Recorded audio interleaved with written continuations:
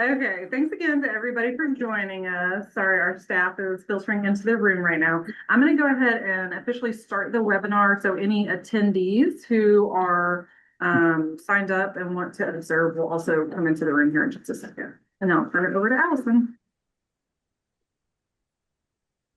All right.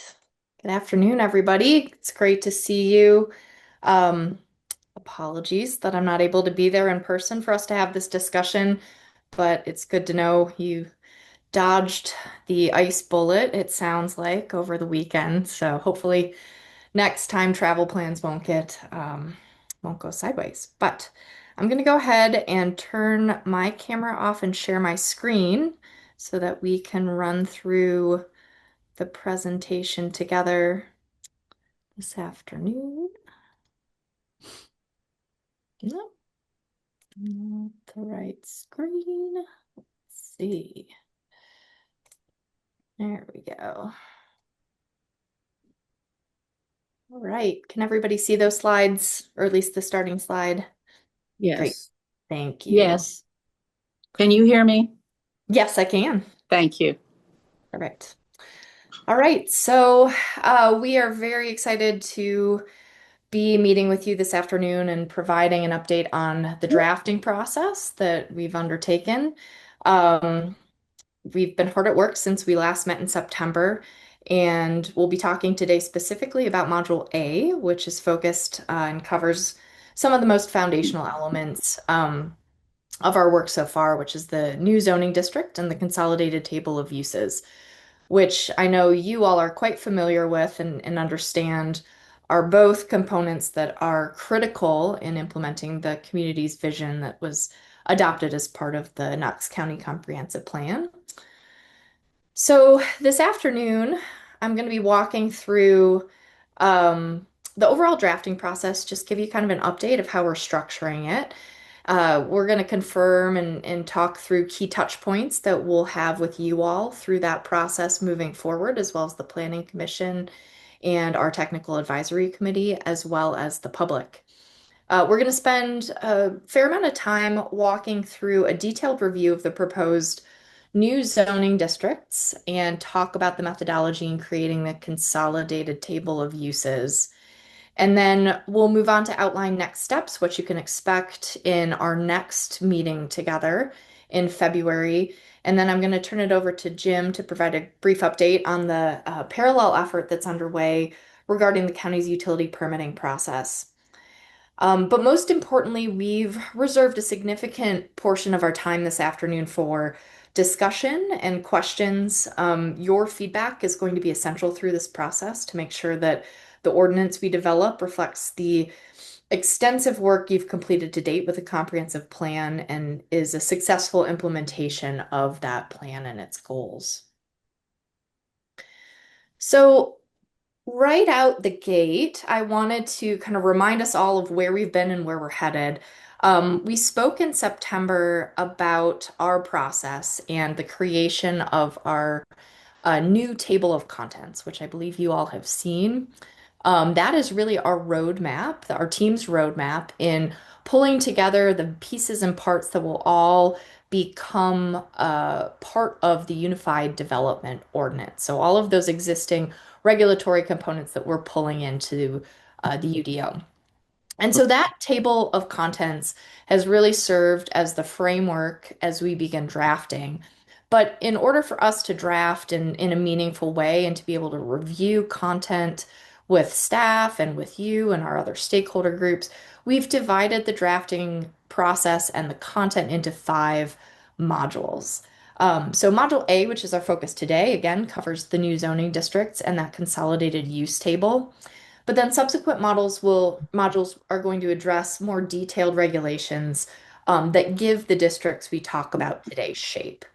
For instance, Module B covers more general regulations that apply district-wide or to all districts, as well as some of the administrative elements of the code or the ordinance. Module C is going to go into greater detail with site and building design standards, including things like parking and circulation. Module D carries forward with those design standards and elements and will cover components including landscaping and stormwater and environmental design standards, as well as signage. And then finally, we wrap things up with Module E, which will encompass specifically those building codes that are being pulled into the UDO, as well as enforcement mechanisms and procedures, and the universal definitions chapter that will kind of govern and address all aspects of the Unified Development Ordinance. And this modular approach allows us to really build the UDO in a way that's logical and make sure that we don't miss anything, that we allow ample time and dedicated time for review and feedback on each component and the contents within, and really just helps kind of guide and frame the work that we will be doing that we have been doing over the last few months and into the coming months. So I wanted to reiterate how important this process is, and especially ensuring transparency and inclusivity amongst groups as we move through the drafting process. The timeline you see on your screen is one that is posted on the project website and highlights the key touch points that we'll be using throughout the drafting process to bring forward content and ask for feedback. We have established a regular cadence of updates to ensure that everyone stays informed and has an opportunity to provide input at the appropriate times. We'll be holding monthly updates with our technical and community advisory committee to review progress on each of the drafting modules. We held our first touch point with them last Thursday to review this same information and gather feedback. Following each of the touch points with our TAC, we will then host a online update for the general public via Zoom, which we did this morning. And then we'll also be touching base with both the Planning Commission as well as yourselves as we draft each model, with the target that by May, this continuous feedback loop and opportunity to touch base on each of the modules will allow that the full public review draft, the content that's included in that full draft has been vetted, and we've been able to refine it through the months based on input from all these key groups.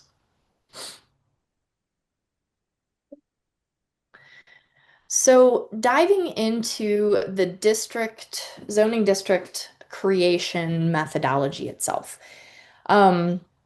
We were very deliberate in the methodology we used to compose the district palette that we're proposing and we'll walk through today, to make sure that our recommendations were really effectively tied to the recommendations within the comprehensive plan and specifically aligned with the place types developed as part of that planning process.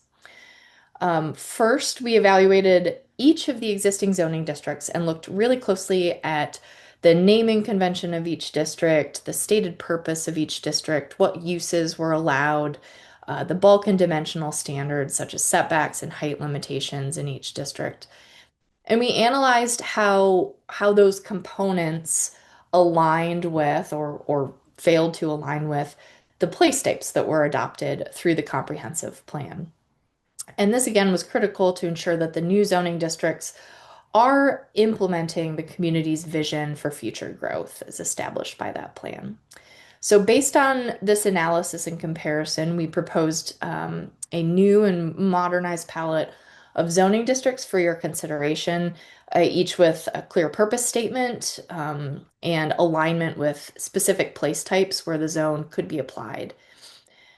The district table that you all received ahead of this meeting, I believe back in December actually, outlines this methodology or reflects this methodology, where you have on the left the existing zoning district and correlating purpose statement as it exists today in the Knox County Zoning Code.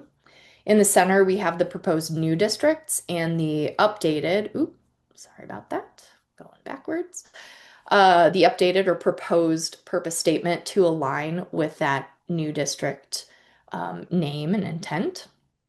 And then on the far right side of the table, again, you have the place types from the comprehensive plan where the new zone would apply. So this provides us with a crosswalk connecting, once again, our previous regulations to that future land use vision. And I'm going to be walking through the highlights of the changes over the next few slides, but also wanted to touch base and reassure you that we're also concurrently working on the zoning equivalency map, where we look at how these districts translate from what exists today into the new districts on the ground. And this is a technical exercise that will identify, again, how existing districts correspond with the new district framework to ensure that there's some continuity and predictability, and also that the new district palette reflects not only the current use of land, but also the future place type that's been identified in the comprehensive plan. We're being very deliberate. This is a process that is ongoing. We started last month, or really much earlier than that, and have been working with the core team to really evaluate and assess this equivalency map. And because it's a really important component of this effort, we will definitely be bringing that draft map to this group for your review and feedback well before anything is finalized. So that's just to pinpoint or highlight for you that there will be additional conversations around that equivalency forthcoming, and you will be involved in that discussion.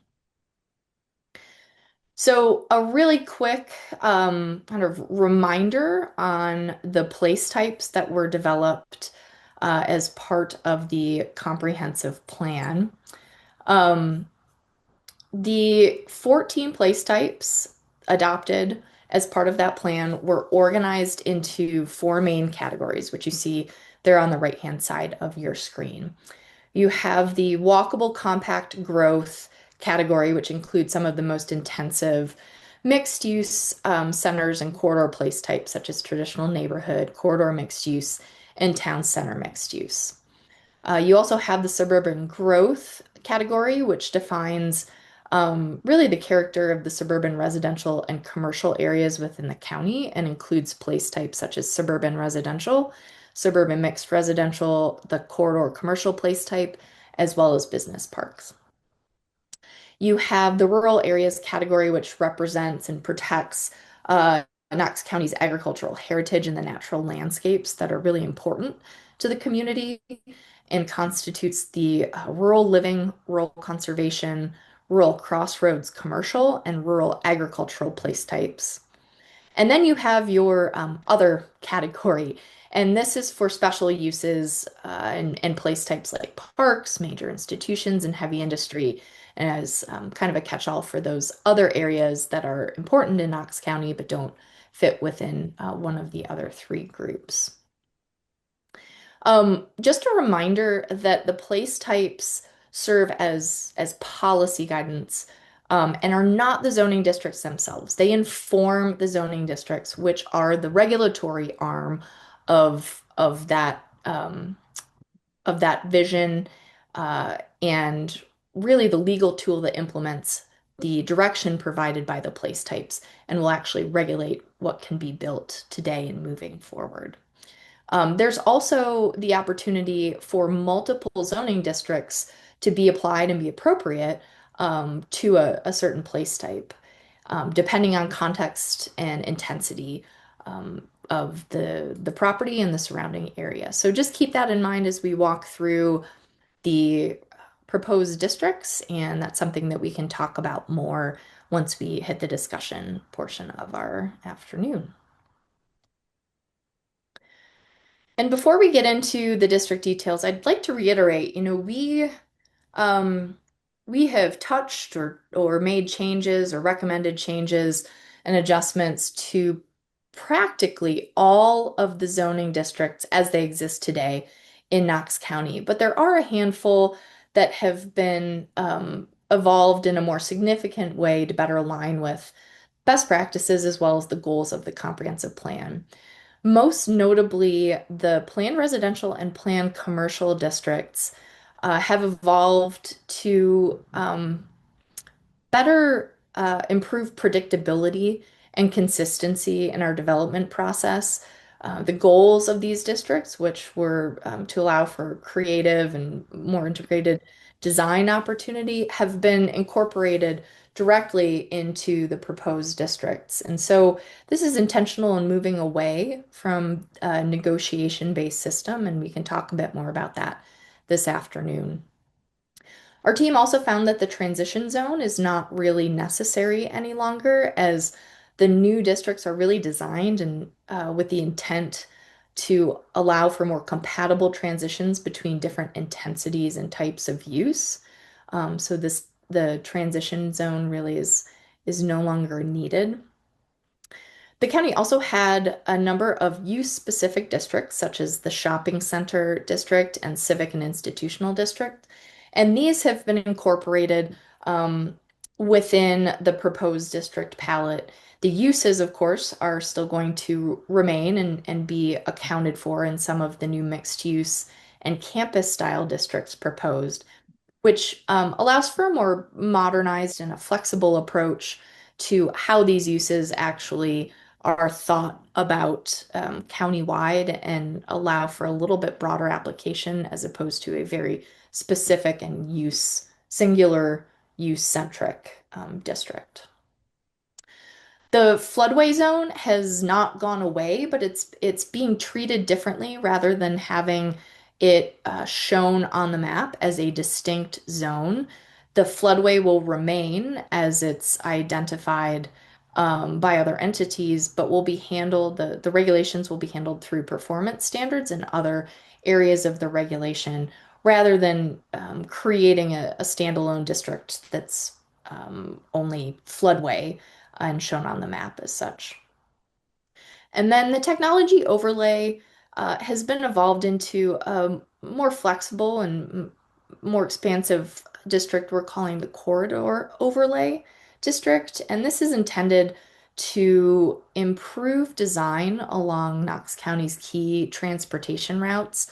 And we'll talk a little bit more about what that entails as we move through the district changes specifically. So starting with our open space, rural, and agricultural districts, these are fundamental districts to preserving Knox County's character and natural resources, which again was a key goal coming from the comprehensive plan.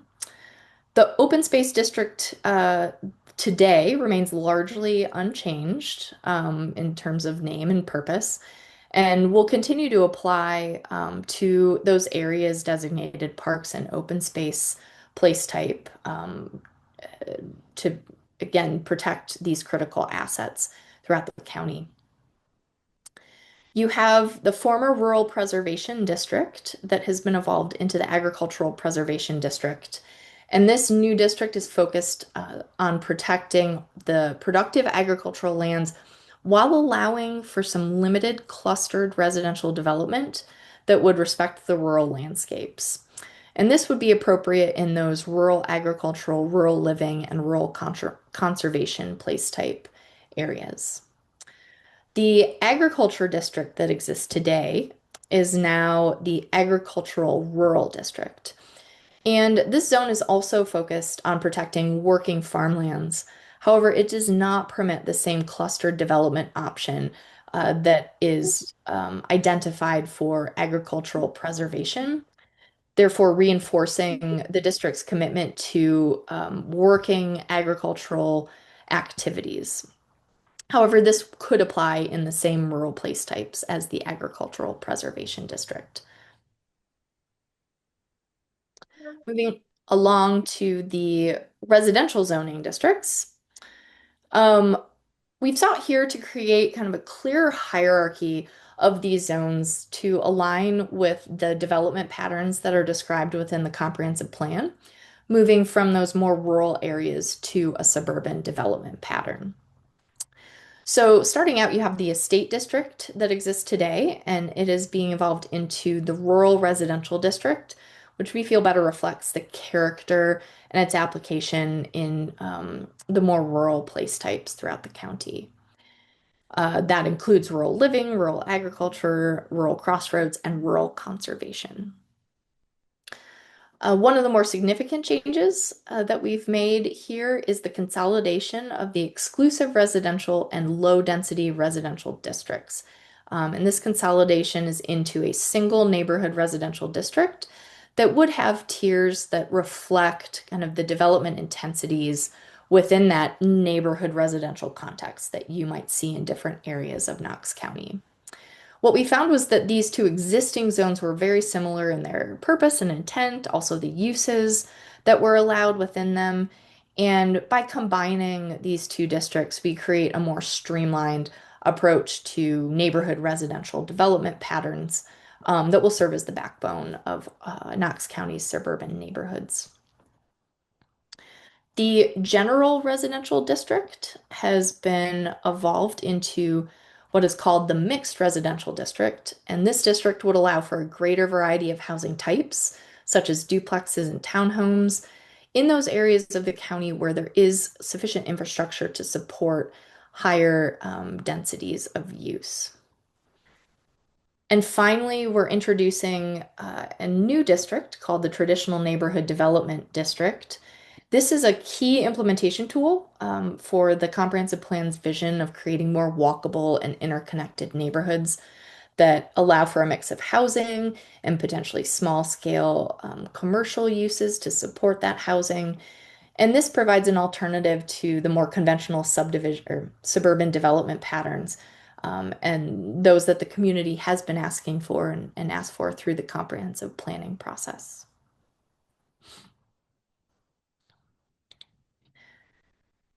So, similar to the residential districts, the commercial and mixed use districts have also been organized to create this logical progression from the more rural nodes to larger regional commercial areas and corridors, again, as a direct implementation from the vision of the comprehensive plan. So we begin with the rural commercial district, which is now the rural hub zoning district. And this is designed uh, to allow for small scale retail and service uses at key intersections in the county that would serve the outlying rural communities and neighborhoods. The neighborhood commercial district has evolved into the neighborhood mixed use district, which allows for some office and retail and services that are compatible with and serve established neighborhoods, and that could be applied in a wider range of place types to include the traditional neighborhood, corridor mixed use, and commercial corridor place type. And another key consolidation you'll see is the general business and planned commercial districts that have been combined into the new mixed use community corridor district. And this zone is designed to facilitate more vibrant, pedestrian-oriented corridors that have a mix of residential and retail and service type uses that serve both those neighborhoods within proximity as well as the broader community. So again, as we think about the hierarchy moving from rural to more suburban, this is sort of right in the center where we're still focused on um, supporting adjacent and proximal neighborhoods, but also may have a broader, more regional impact. The highway commercial and business manufacturing districts have been consolidated into the highway commercial district that's proposed. And this zone would be oriented along Knox County's major arterials and intended to accommodate more auto-centric uses that serve a much wider range of users. So not only residents, but also those individuals that are traveling to and through Knox County from elsewhere. The Office Medical and Related Services District has been broadened to become the Business and Commercial District, which would allow for a greater variety of professional office and service uses beyond just the medical um, uses that were typical of that original district. And we feel this is a more flexible and useful designation and kind of expands the lens through which business and commercial activities could occur in Knox County. And again, this district would be appropriate in places that are place type for corridor commercial, corridor mixed use, business park, and civic and institutional. Finally, there are 3 existing employment-focused zoning districts today in Knox County. Those are the Office Park, the Business and Technology Park, and the Employment Center districts. And these have all been consolidated into a single employment campus zoning district that is specifically designed to encourage larger scale campus style development for such things like office parks, technology parks, medical campuses, and would be accompanied with standards that support a more integrated, multi-building, multi-use type of environment that would typically occur at a larger scale and maybe on larger tracts of land.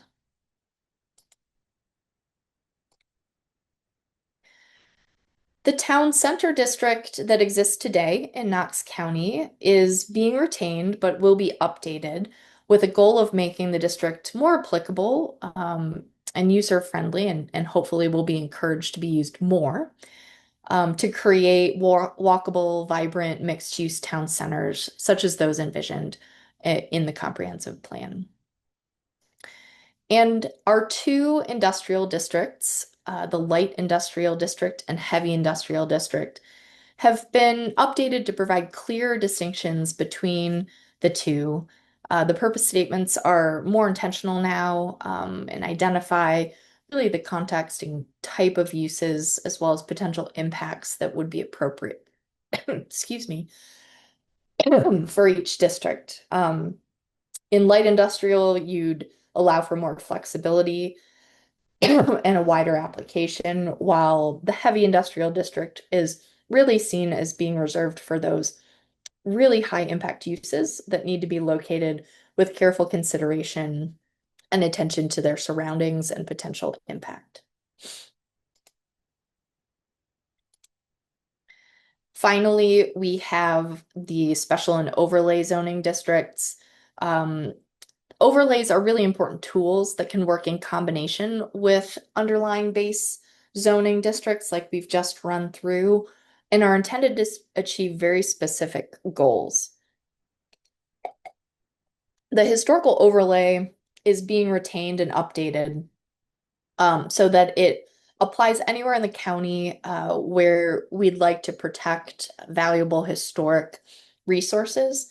And we'll be updating to ensure that there are specific protections on top of the base zoning, whether to uses or activities or design standards that reflect the historic character or nature of land that we want to preserve. And then, as I mentioned earlier, that technology overlay zone is being evolved and expanded into what we're calling the corridor overlay district. This is a pretty significant change or enhancement because instead of being limited to specifically technology uses or technology focus, the corridor overlay could be applied along any major corridor where we want to be mindful and ensure there's higher quality design, provide standards for things like building orientation, access management, improved pedestrian facilities or connectivity, again, to really improve the form and function and safety of those key transportation routes in the county.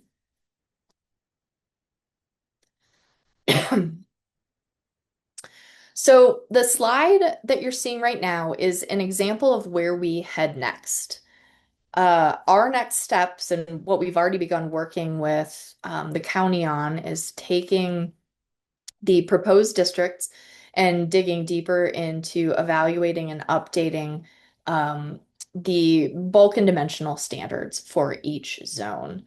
This is something that will continue into Module C and be bringing back to you, and is where we really dig in to define the numbers as they relate to setback requirements, building height, lot coverage, as well as other site design elements that are specific to the development of a lot and will shape the physical form of future development in Knox County. So I want to reiterate, What you see on the screen is an example. It's how we're beginning to think about laying out this information so that it is easily digestible for you, for the Planning Commission, for our Technical Advisory Committee, and for the public. And as we begin to propose any potential changes, this will help us visualize what those changes would actually look and feel like on a typical site.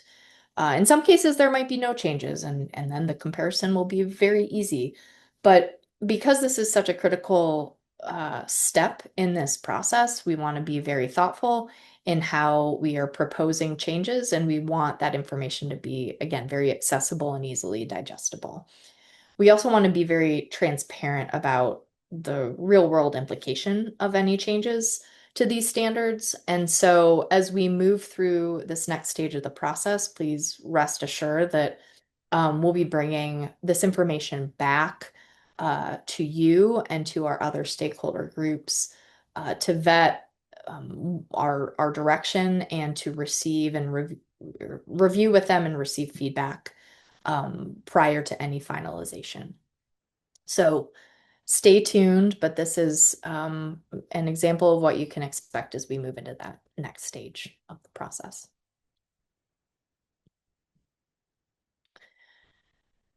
So the other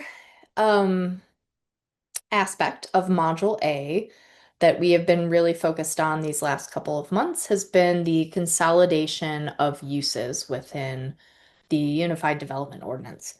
And you probably recall when we spoke in September, I mentioned that we had gone through a very detailed review of all of the existing uses that were identified in the code, of which there were over 400 distinct uses. And we'd found that a lot of them were redundant or outdated or had overlapping definitions or no definitions at all. And so our team began a pretty methodical process to step through each of those 400 plus uses and really evaluate and, tackle or had the goal of reducing that list of 400 to something that was more manageable and more aligned with best practice. So we first identified and grouped redundant uses.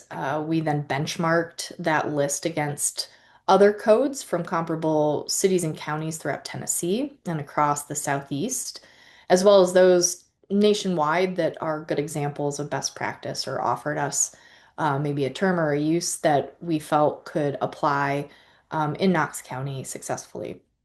We've also been working closely with our legal team to make sure that we're crafting very clear and enforceable definitions for every single use.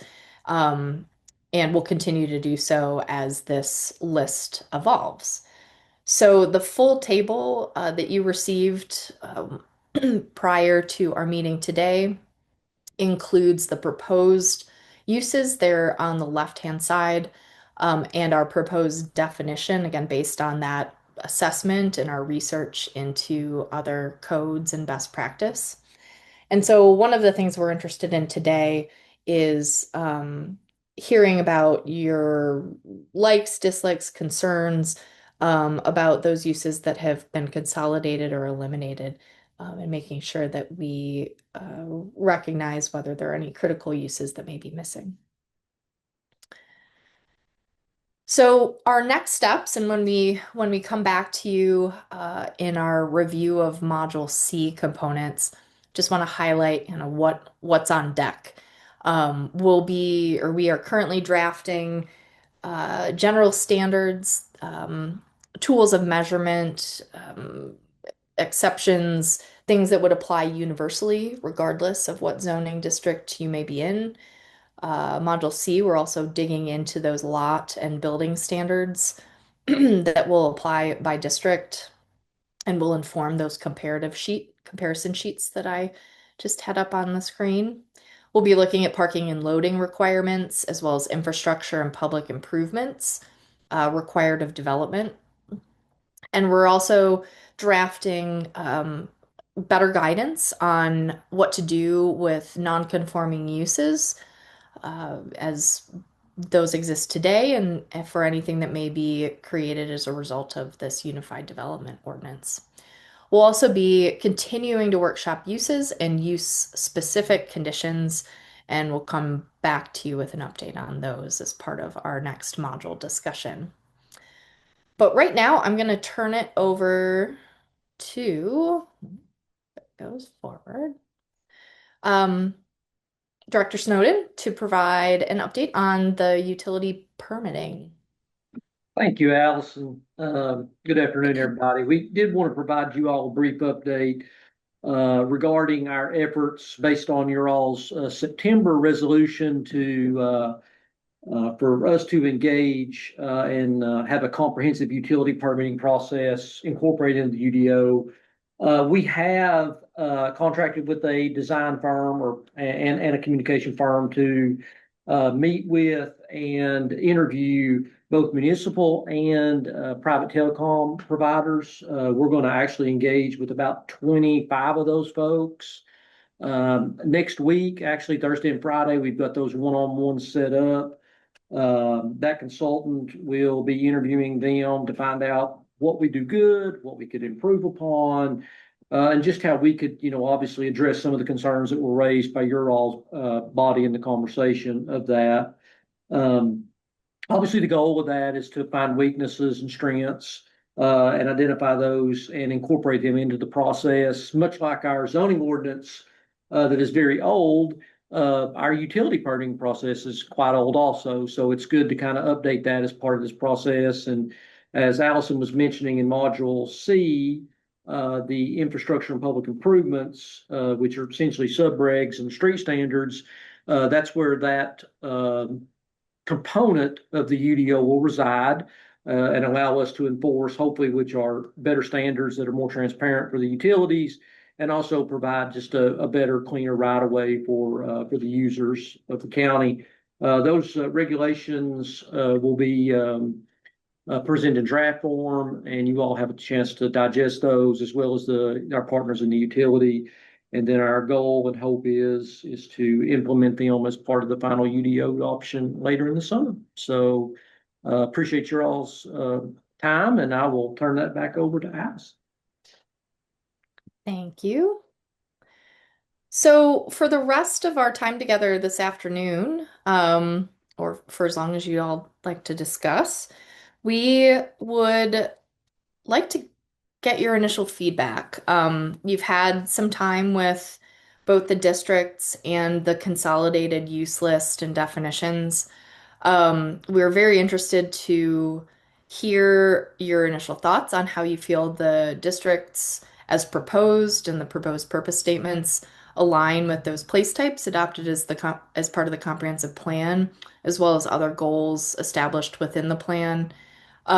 We want to make sure we hear from you about, what you're most interested in seeing as we move into the bulk and dimensional standards conversation in this next module and where we want to improve predictability within the districts. And then certainly have a great deal of interest in hearing about your thoughts and feelings on the consolidated uses and any potential concerns you have with what's been proposed that we need to workshop with our team. So we will be following up on this conversation. I'll show you before we break the portal that we've established to collect your additional feedback. So this isn't a one and done conversation. You'll have the next couple of weeks to think through this information, look back at the materials provided, and provide us that additional feedback as you spend more time with it. But today we're hoping to get your initial thoughts and feelings, and I would open it up for that discussion to commence.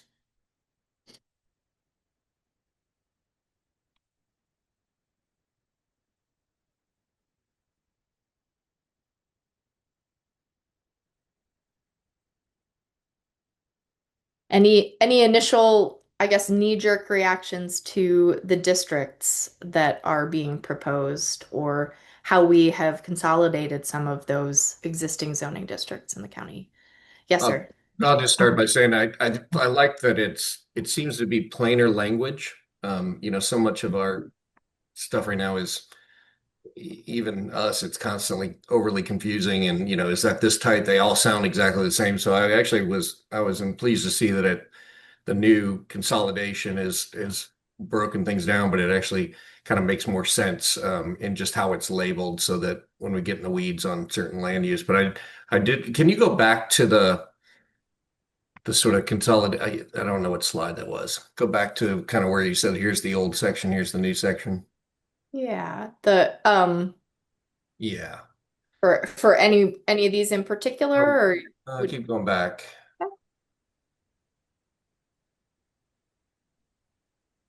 Yeah. Okay. So there's one there that says town center. I think you passed by it. And I just thought I guess my question is again, I like how all of this is kind of getting consolidated into um, smaller, buckets or bigger buckets in some case. The town center mixed use, I mean, you kind of have it broken into grouped in with like industrial and other commercial because it has the nature, but it has that housing component as well. And I wondered if you could just talk a little bit about, town centers would often have retail on the bottom, but housing on the top or some combination of it. And how do it's still housing, but it borders both of those. And how did you guys work to sort of manage something that has a commercial feel, but a housing component? Yeah, you bet. And first off, the presence of town center on the slide with the two industrial districts Yeah. was really more formatting that Okay. we had. I didn't want to have one slide with just the town center. Would have been better up with the commercial and mixed use districts. You're the first person to catch that, so good eye. But if you're looking at the purpose statement that was provided that goes into more detail about what the town center would entail, you'll see that it talks both about vertical mixed use as well as horizontal mixed use, as well as overall district mixed use. And I think those are three different potential scenarios that could occur in a place like the town center district, where you have the vertical integration, as you just spoke to, commercial or retail uses that would likely be on the lower floor, perhaps the lower first couple of floors, and typically residential component on the upper stories of a building. And again, that's best practice in terms of creating the vibrancy in a town center environment where you want to have activity at the ground floor level. You want people to be walking by shops and restaurants or even office space and be able to see in and interact with what's happening and engaging with what's happening on the ground as they're driving by or walking by. And so the purpose statement speaks to that. I think as we move into the next step, and again, working through some of the design standards that would guide how the built environment comes up out of the ground and what a multi-story building would need to incorporate as part of the town center versus what a single story building or that horizontal mix of use would need to incorporate, and how would present itself on a lot within this district. That's what we'll be working through next, and I think we'll continue to illustrate kind of the purpose of the town center even further.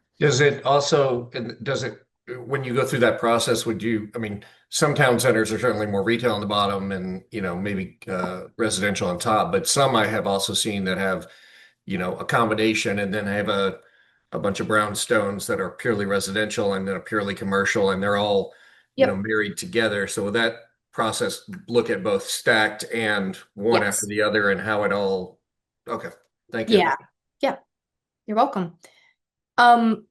Terry, I think you had your hand up first and then Adam. Thank you. Can you hear me? I can. My comment, I think this is really great, and it's just really causing a lot of adjustment and thinking.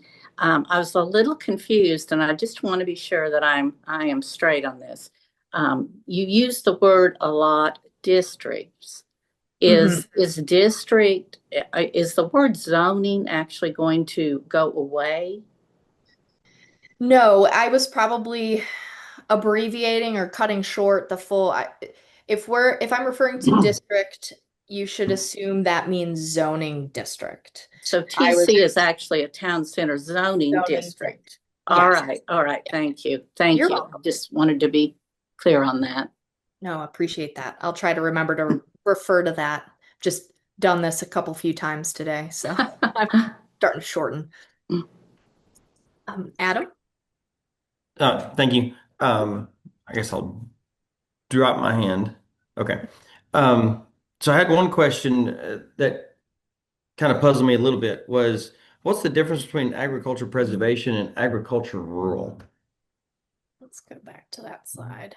Because the naming of them seemed almost backwards from what their description was. Yeah. The primary difference is that the agricultural preservation is intended to allow, and as I'm working through this in my brain, I'll get to your point about kind of the backwardsness. I think in looking at the rural preservation zoning district as it exists today and what its stated intention is, we are trying to maintain some continuity with how that district currently applies and what it's intending and how we want to reinforce that intention moving forward. And I think the allowance for very limited clustered residential development in those areas is the distinction between that ag preservation and the ag rural district. I might ask for if anyone, Allie or Amy, I just want to make sure I'm getting this right because I know this is something that we workshop quite a bit. The agricultural district translating into ag rural and the naming convention there was again trying to keep alignment with what is while reinforcing the things that we feel those existing districts maybe could do better. And so where that ag district really today, we think it intends to protect working agricultural land and limit residential encroachment or development. That's why we're not permitting clustering or that development in the now named ag rural district. Okay. Okay, that kind of makes sense. I guess on the rural preservation, particularly because I think there might be two in the entire county that are zoned that. It's as far as residential, it's limited to 1 unit per 15 acres. So when you're talking about limiting clustering, then it's actually increasing the residential pressure in that zoning district. If you do that, Okay. and on ag, when you're looking at the place types, and looking at I think it's the agricultural rural zoning district. Currently ag, one of the things that we see often is it's residential, but it's still zoned ag, right? So we still have one to maybe 2 acre lots that are zoned ag, but there's no ag, quote unquote, actual production agriculture going on there. So it's technically its use is residential. While ag uses are permitted in many of our low density residential type zonings, it's to me it's almost mislabeled. Does Okay. that sound fair to say that it's zoned ag, but there's no ag going on? Yes. It's actually residential. So moving forward, since we're looking at this, if we were to look at those current uses of it being residential and not ag, if we're looking at the agricultural rural and agricultural preservation, just having because to me there's a difference between agriculture and rural. Does that make sense? So It does. if it has the agriculture tied to that zoning, to me, it should carry more weight that it's actually in production. It's whether it's hay production, vegetable production, agritourism, cattle, hay, whatever it may be, it's actually true agriculture versus rural. And so to me, it seems like if rural preservation or agricultural rural should be more, I guess, restrictive or limited on what housing goes there. Mhm. Um, where in the rural area, there can still be rural living in larger lots and kind of what we already have, but it's currently zoned ag. So if all I am. Yeah. where we have residential, but it's technically rural and not ag. Mhm. No, So I'm the track. true Yeah. so I'm not sure how we align that because what I don't want to do is when we get down, and I'll get into this the rural hub in a second, but as we're moving forward, we often hear, well, we need to follow the plan. We're not following the plan when there's a little bit of gray area, it's ambiguous and left up to interpretation. Well, you can interpret it one way that we're following the plan, interpret the other way we're not following the plan. And so if you have agriculture preservation and it says, oh, but we can cluster housing in it. Okay, Mhm. well, is it agriculture? Or is it actually rural residential? So I think having those two distinctions could be very important for the applicant saying, yes, this place type allows for me to put residential housing in here, or this place type does not. Mhm. And because this is agriculture and it's deemed in the future land use map as agriculture, not rural, for more residential purposes. Okay. And so I didn't. So if you had agriculture preservation and agriculture rural, if the word agriculture is in it, I Mhm. don't necessarily see that we necessarily had to have two two different distinctions, and maybe we do, but because I know that with rural preservation, it was 1 unit per 15 acres, right? So if somebody had 20 acre lot, then technically they could only have one house on it, Mhm. um, with certain exceptions. Um, so anyway, that was just a thought I had on because we get a lot of pressure out further in the county in the rural areas where actual agriculture happens, but we still have the rural housing. Mhm. So just trying to find that black and white area, go, yes, houses are appropriate here and houses are not appropriate there. I was telling somebody earlier that we're not getting pressure for commercial, right? Mhm. We're not having people come to us saying, hey, we want you to sell your farmland for a strip mall, right? We're not getting pressure from commercial. We're getting pressure from residential. So we just need to, I guess, a clear picture of, yes, housing is allowed here. It's not allowed there. Um, so um, on the other one was the rural hub Mhm. and where it's allowed in the rural agriculture and rural living as well. Mhm.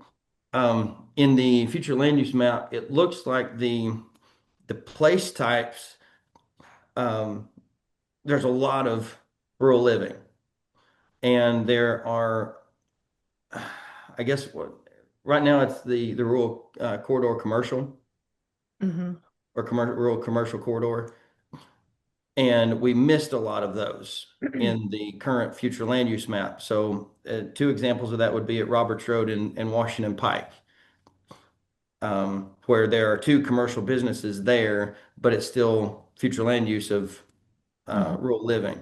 Mhm. And at Emory Road and Foster Road, there's a mechanic shop, and so that's not included there. So if the idea moving forward is, well, a rural hub would fit within rural living, that opens up a massive area that somebody could come in, oh, I want to put in a rural hub here. Or somebody wanted to come in so far down the road and it's in rural living, but they want to put a Dollar General, for example.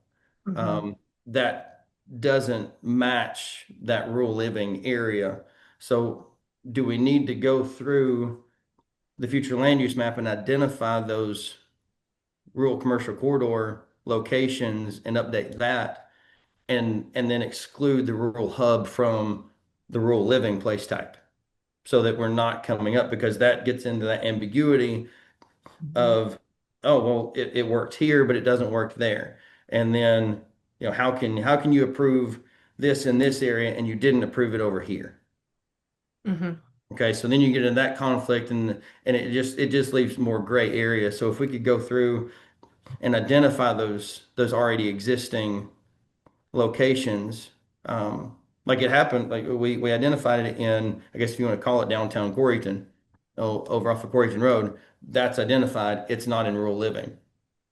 And we got the one on Rutledge Pike, and there's there in Gibbs. All those have been identified, but so they're outside of the rural living, but we've missed a lot of them.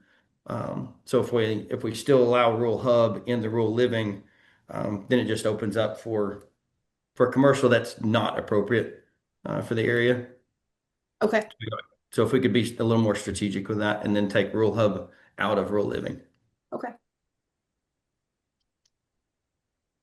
Just to cover my initial thoughts. Thank you. Yeah. No, thank you for that.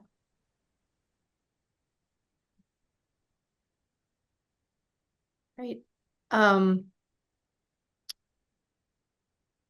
Let's see. I believe Commissioner Oster, you're next. Hello. Let me ask you about for the ag zoning. So if a property is currently zoned ag, but within the Tennessee place type, would it remain in the agricultural type district, such as ARAP, or would it transition to Tennessee zoning district? Tennessee zoning. Yeah, can you what are you meaning when you say Tennessee zoning district? Well, let's see. Currently, if the property is zoned ag, but it is within the Tennessee place type, is there a Tennessee place type that we have for the ag currently?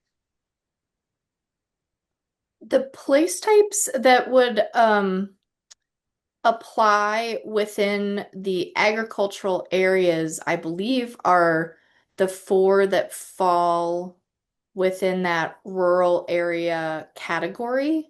Okay. So you have rural living, rural conservation, rural crossroads commercial, and rural agricultural. And of those 4, rural agricultural is the one that most closely aligns with ag activities. I would say seconded by rural conservation. Okay. And I apologize, it's not Tennessee. I'm trying to do 2 things at one time right now. That's okay. Traditional neighborhood. Okay, yeah, that makes more sense. I wrote my note down and then I misread my note. So that's how that's going today. That's okay. I have those days too. So yeah, the traditional neighborhood is a place type that's sort of in a different bucket or category that is going to be is going to accommodate a different intensity of development. And so that's why you don't see in the rural district or zoning districts that we are proposing for those agricultural activities, there isn't they wouldn't be appropriate to apply within areas that are place typed for traditional neighborhood. Okay. Okay, perfect. Thank you. Commissioner Larson?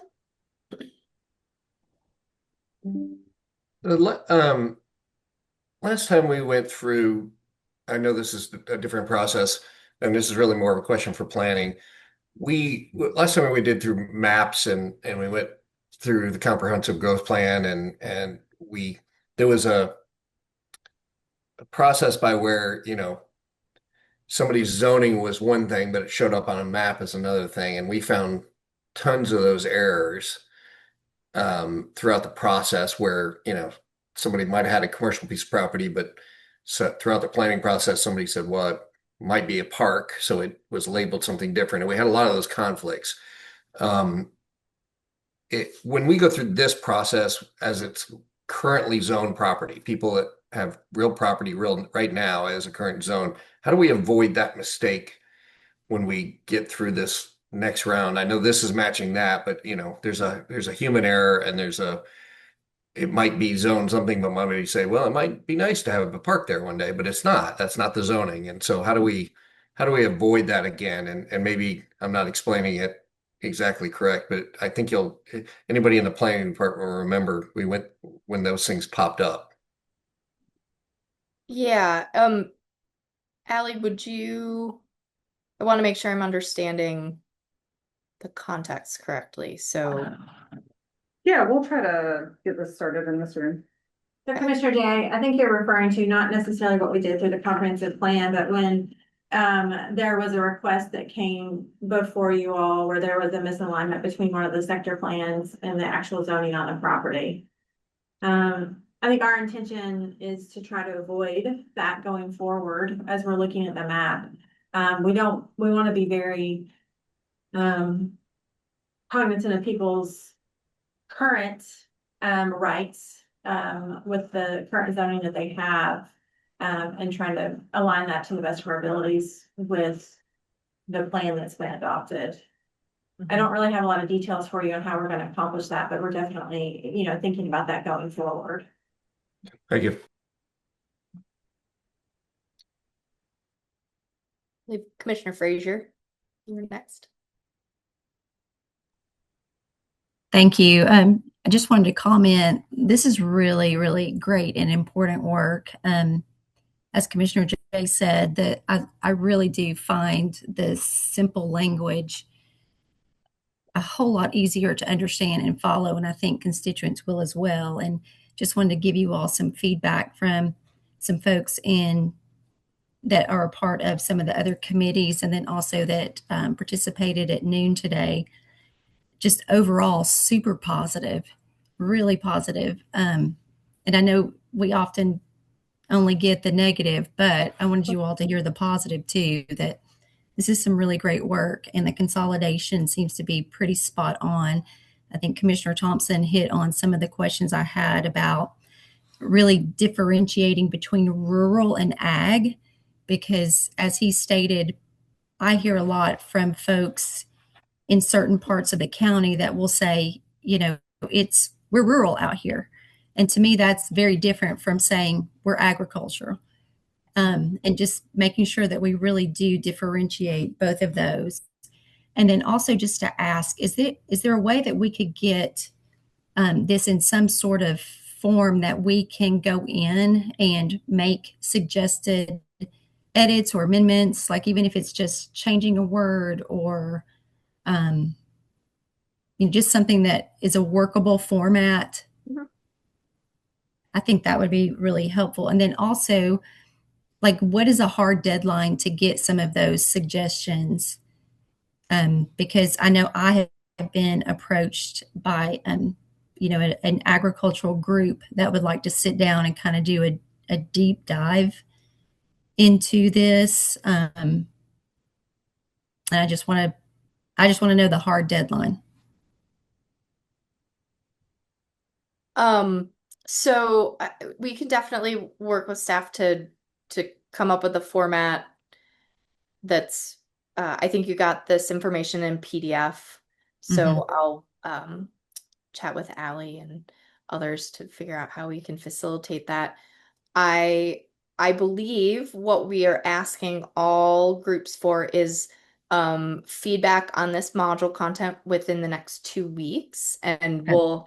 we have the the public conversation at noon today. They've been set up with a tool that they can help kind of rank and prioritize what districts, how they feel about the alignment between the districts and those place types, as well as provide us some more open-ended feedback on the information.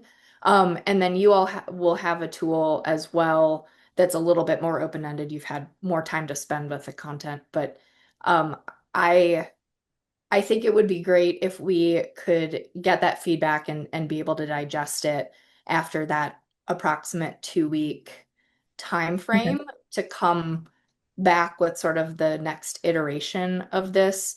Um, this will, of course, still be in draft for the next 4 months. So Sure. Yeah.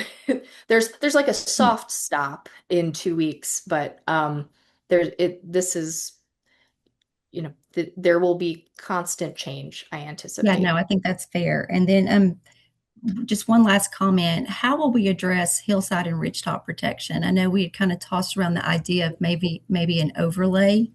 Mhm. Is there any appetite for that, or did you all see that that might be a useful tool, or how can we address that going forward? Um, we, I know that that content is definitely going to be a big part of Module D, where we're looking um, at the landscaping and some of the stormwater and more environmental features of site development. So we haven't, we as our team and the full team with staff haven't dug into that quite yet, but I know that we have talked about different mechanisms to address some of the hillside development concerns, and we've got some tools in the toolbox that we'll be bringing forward to as options to see what feels like the most palatable way to address those features in Knox. Great. Thank you.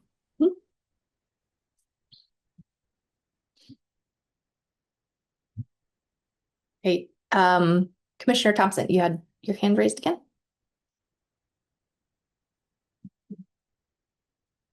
Oh, you're still on mute. That would help. I mean, I talk to myself all the time, but it's okay. That's Um, um, no, I would like to echo that. Yes, I do appreciate you all doing this. It does simplify things a lot. And I like the way that, the way you all have set it up. It does seem to align better with the place types and the suitable zonings that make sense for what each area is looking for. A couple things. One was, as we're moving forward, the light industrial, heavy industrial, how obviously that specific area does not align with residential.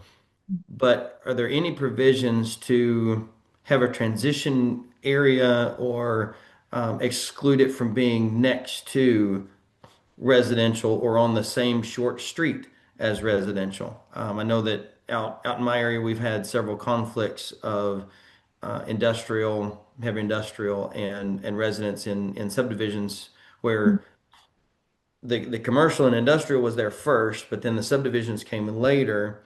And if something had been in place to where it said, no, that's not appropriate, then those subdivisions wouldn't have been put in and we wouldn't have had this conflict. Yes, definitely. Some of the options that we have and can build into not only the districts, but also site-specific development standards like landscaping, buffering, what happens with setbacks between not only uses, but also between districts or properties that are in two different but adjacent districts.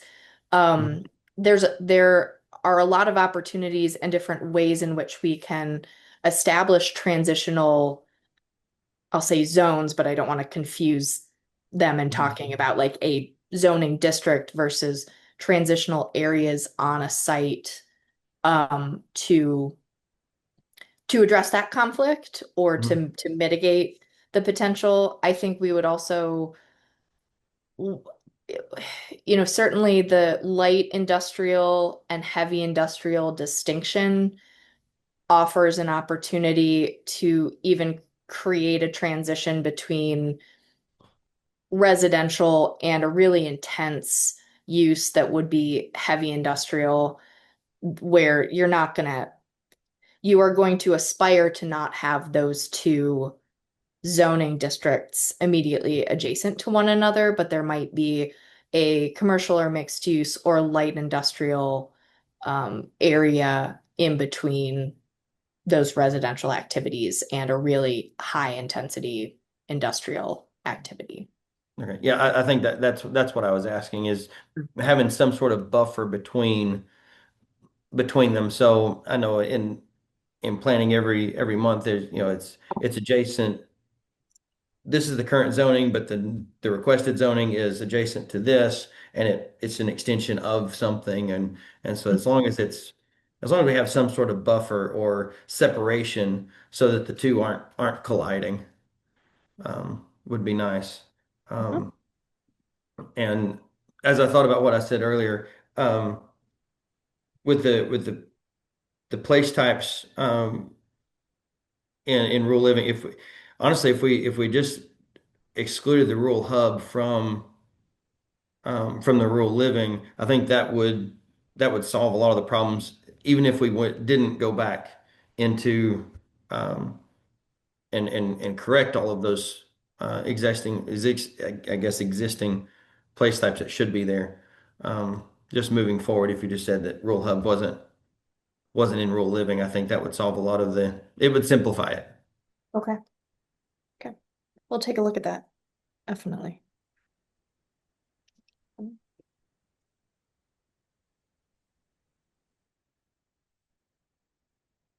We have talked a lot about districts. I wanted to make sure we allow some time if any of you had questions or comments or concerns about the proposed list of consolidated uses and their corresponding definitions, if anything had stood out to you in your review of that content, if we can answer any questions or clarify.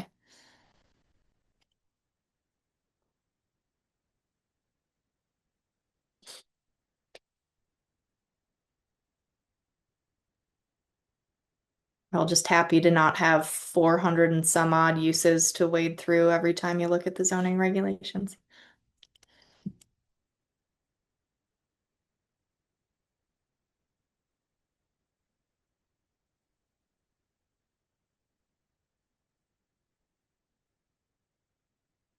Okay. Any other immediate thoughts or concerns with the information that's been shared today or our path forward?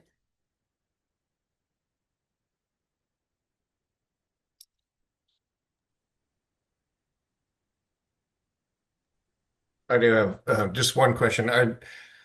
From the original schedule that you guys provided to us, which, keeps this thing moving, keeps approvals moving, and tries to, I think we're trying to get this done by the end of our legislative year, which is August 31st. Are we on track? Are things on schedule? Yeah, I would say they are. This first module, there's a lot of information. As I said at the beginning, this is really foundational to a lot of the components that feed into those subsequent modules. And so we've spent a lot of time working to get the districts right and to get the uses right. And that will continue through the months as we begin to build in other factors, site design standards, bulk and dimensional standards, looking at incorporating the public infrastructure requirements, street typologies, all of that information. So it's a set of building blocks. And I at least feel, given our internal drafting schedule and our cadence with the planning team, where are we are right there. So I don't anticipate any issues with what we've presented to you. And yeah, it's going to be lots of information over the coming months.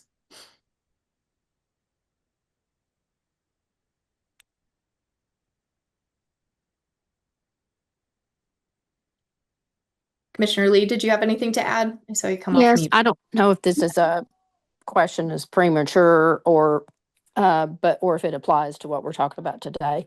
I guess my question would be if would this okay, say people that are going to want a variance, is this going to affect them being able to get a variance or is this not like, am I premature in this question? It's a good question to ask. We are looking the administrative processes and where and how and when variance approval can be requested and kind of what that looks like is part of Module B, which we're kind of like working on as an undercurrent to all of this, because it's, again, the process that will inform how you go about a subdivision or a zone change in the county. And so as of right now, nothing here has impacted how someone would request a variance. But I would say that maybe my ability to answer your question fully is a little premature, just because we haven't fully drafted or made suggested modifications to that process. And we're going to be looking at those procedures with a very fine tooth comb with our legal team to make sure we are following state law and we are following best practice, and also with an eye towards streamlining procedure Right. for the county. Yeah. That makes sense. Thank you. Mhm.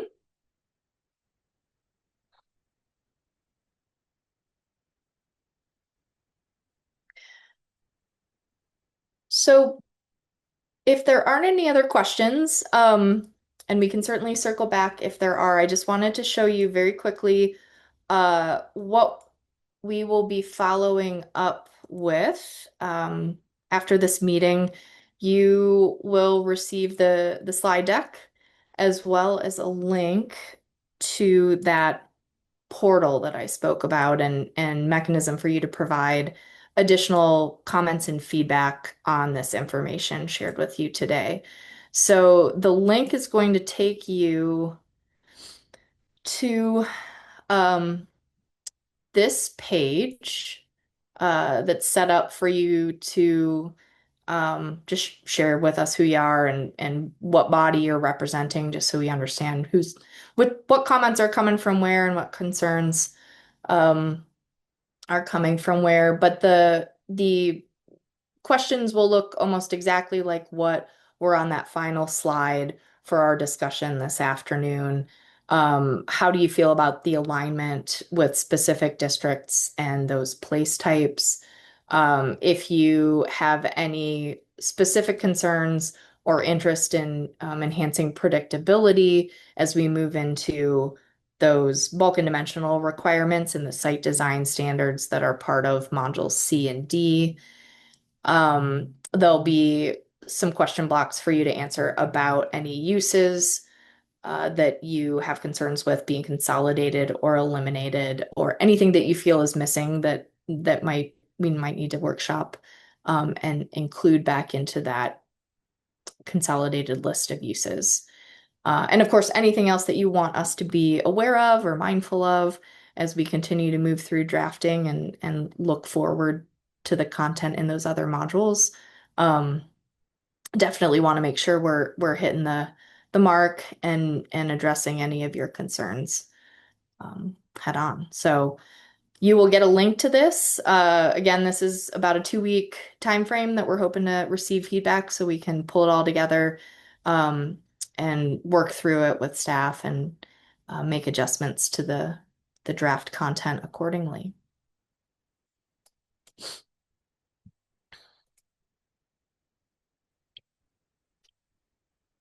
So with that, Allie, you want to take us home? Anything I missed? I think you covered it all. Thanks again to you all for making some time this afternoon. Be on the lookout for that email as a follow-up, and just let us know if y'all have any questions or need any assistance with that form as you're trying to fill it out. But we really appreciate you being here today. February 10th. Great. Thank you. We'll talk to y'all soon. Thank you.